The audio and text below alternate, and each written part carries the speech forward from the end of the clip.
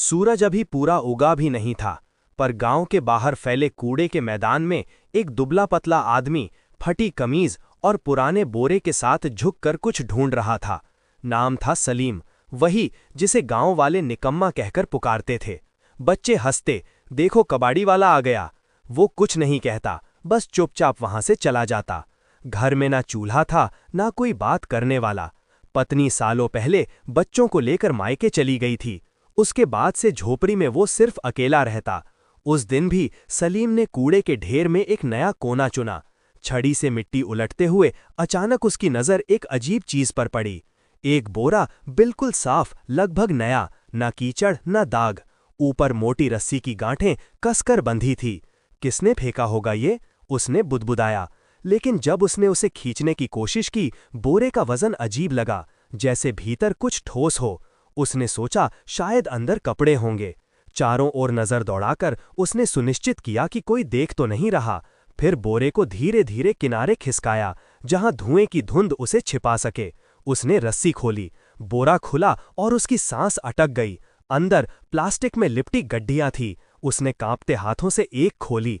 500 के नए नए नोटों के बंडल। उसकी आंखें चौंधियां गईं। वो घुटनों के बल बैठ गया, हाथों से नोटों को छू कर देखा। क्या ये सच है? उसने खुद से पूछा। उसके हाथ कांपने लगे। उसने चारों ओर देखा, कहीं कोई देख तो नहीं रहा। कुछ पल बाद उसने गहरी सांस ली और फैसला कर लिया। बोरे को फिर से बांधा, पीठ पर लाद लिया और झोपड़ी की ओर चल पड़ा। रास्ते में हर आवाज उसे शक जैसी लगी, कुत्ते का भौंकना, किसी का बात करना। घर पहुंचते ही उसने झोपड़ी का दरवाजा अंदर से बंद किया, बोरे को कोने में रखकर चटाई से ढंग दिया। सलीम का दिल ऐसे धड़क रहा था जैसे सीने से निकलकर बाहर आ जाएगा। बार बार वो झोपड़ी के दरवाजे से झांकता, कहीं कोई पीछे तो नहीं आ गया। जब उसे यकीन हुआ कि आसपास कोई नहीं है, तो वो धीरे से बोरे के पास बैठ गया। हाथ कांप रहे थे, लेकिन हिम्मत जुटाकर रस्सी खोली।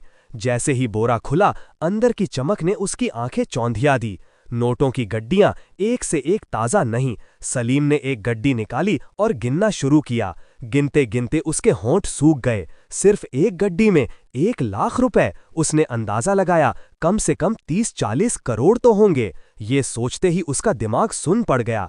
इतना पैसा कोई आम आदमी नहीं छोड़ सकता। उसने बुदबुदाया। उसके भीतर डर की लहर दौड़ गई। कहीं ये किसी बड़े आदमी, किसी नेता या गुंडे का तो नहीं?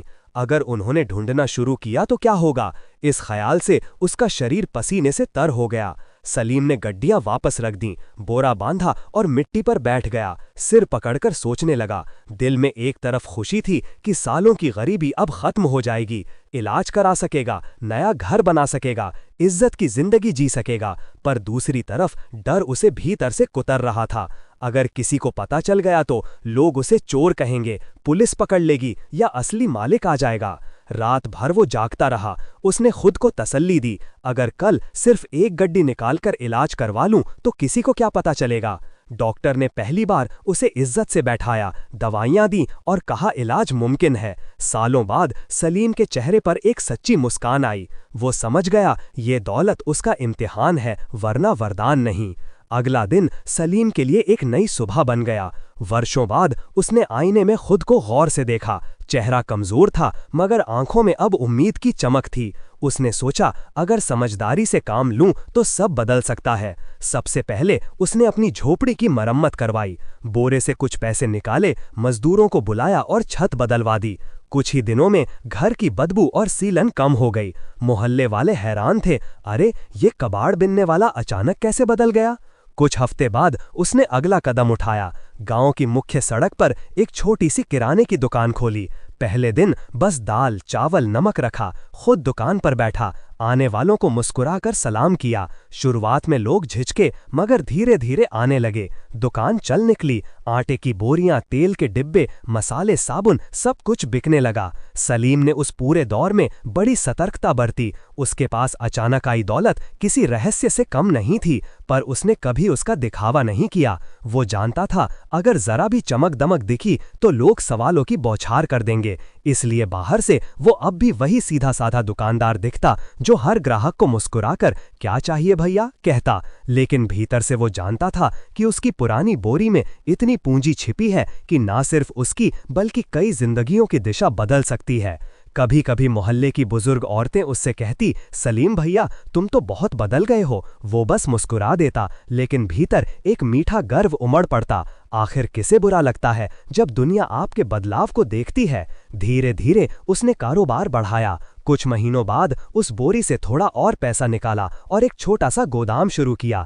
माल ढोने के लिए पुरानी ट्रक खरीदी और अब सिर्फ बेचने वाला नहीं, सप्लाई करने वाला बन गया। गांव में लोग अब उसे सलीम लाल कहकर पुकारने लगे, जैसे वो कोई बड़ा व्यापारी हो।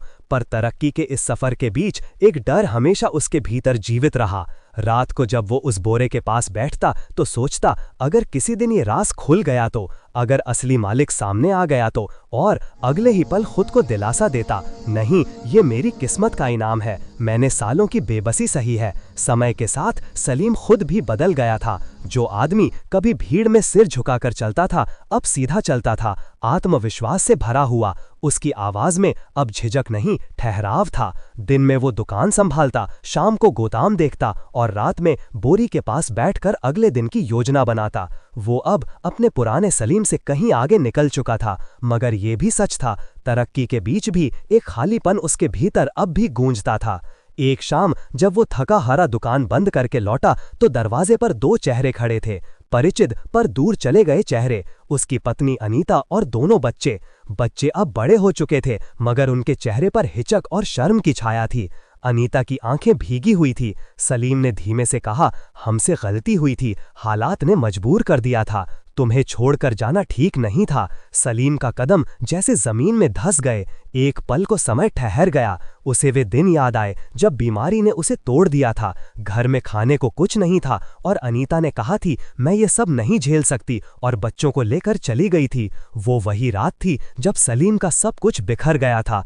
अब वही अनीता उसके दरवाजे पर थी। बच्चे आगे बढ़े और बोले, बाबा हमें माफ कर दीजिए, अब हम आपके साथ रहना चाहते हैं। सलीम का दिल कांप उठा। एक तरफ वो पिता था जिसे बच्चों को गले लगाने की चाहत थी, दूसरी तरफ वो वही टूटा हुआ इंसान था जिसे छोड़ दिया गया था।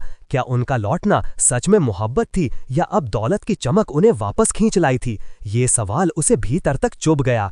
उसने ठंडे स्वर में कहा, जब मैं खाली हाथ था तुम सब चले गए थे, अब जब मेरे पास कुछ है तो लौट आए हो। क्या ये प्यार है या लालच? अनीता की आंखों से आंसू बह निकले। नहीं सलीम, अब हम सच में पछता रहे हैं, बच्चों को तुम्हारा साया चाहिए। सलीम ने निगाहें झुका लीं। भीतर ज्वालामुखी सी हलचल थी। वो जानता था कभी कभी माफ करना आसान होता है, लेकिन भूलना नहीं।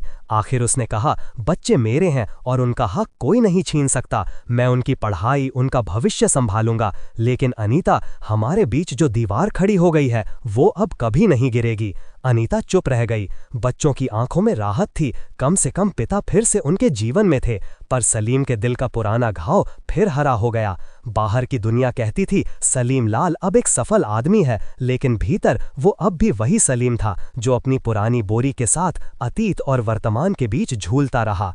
उस रात सलीम देर तक नींद नहीं ले पाया। वो बोरे के पास बैठा जैसे किसी पुराने दोस्त से बातें कर रहा हो। ये दौलत सब कुछ लौटा रही है, इज्जत, नाम, सुकून भरी जिंदगी, बट क्या ये मन की शांति भी लौटा पाएगी? सवाल हवा में तैर गया और जवाब में बस दीवारों की खामोशी थी। कुछ हफ्ते बीते। सलीम की दुकान अब एक छोटे साम्राज्य में बदल चुकी थी। गोदाम से माल निकलता, गाड़ियां आती जाती और गांव वाले अब उसे सलीम भाई कहकर सम्मान से पुकारते।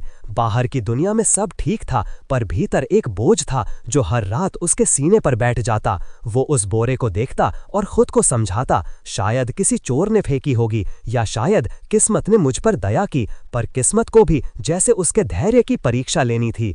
कुछ ही महीनों में उसने गांव की मस्जिद के लिए दान देना शुरू किया, गरीब बच्चों के लिए स्कूल खोला, महिलाओं और बुजुर्गों की मदद की। धीरे धीरे सलीम लाल पूरे इलाके में सम्मानित और आदरणीय बन गया। सलोनी के साथ शादी के बाद उसके घर में सुख और चैन आया। व्यापार बढ़ा, गोदाम बढ़े, अब उसकी मेहनत और दौलत समाज की भलाई में लग रही थी। हर रात वो बोरे के पास बैठता और सोचता, ये दौलत सिर्फ मेरा नहीं बल्कि दूसरों के लिए भी है। धीरे धीरे उसका नाम बदलकर गांव में मिसाल बन गया, गरीबों के लिए प्रेरणा बन गया। उसकी कहानी अब हर किसी के लिए सीख बन गई कि ईमानदारी, मेहनत और समझदारी के साथ दौलत का सही इस्तेमाल इंसान को सम्मान और शांति दोनों दिला सकता है। हर दिल को छू जाए ऐसी सच्ची कहानियां केवल रियल कहानी स्टोरीज पर सब्सक्राइब करें और अपने अंदर की कहानी महसूस करें।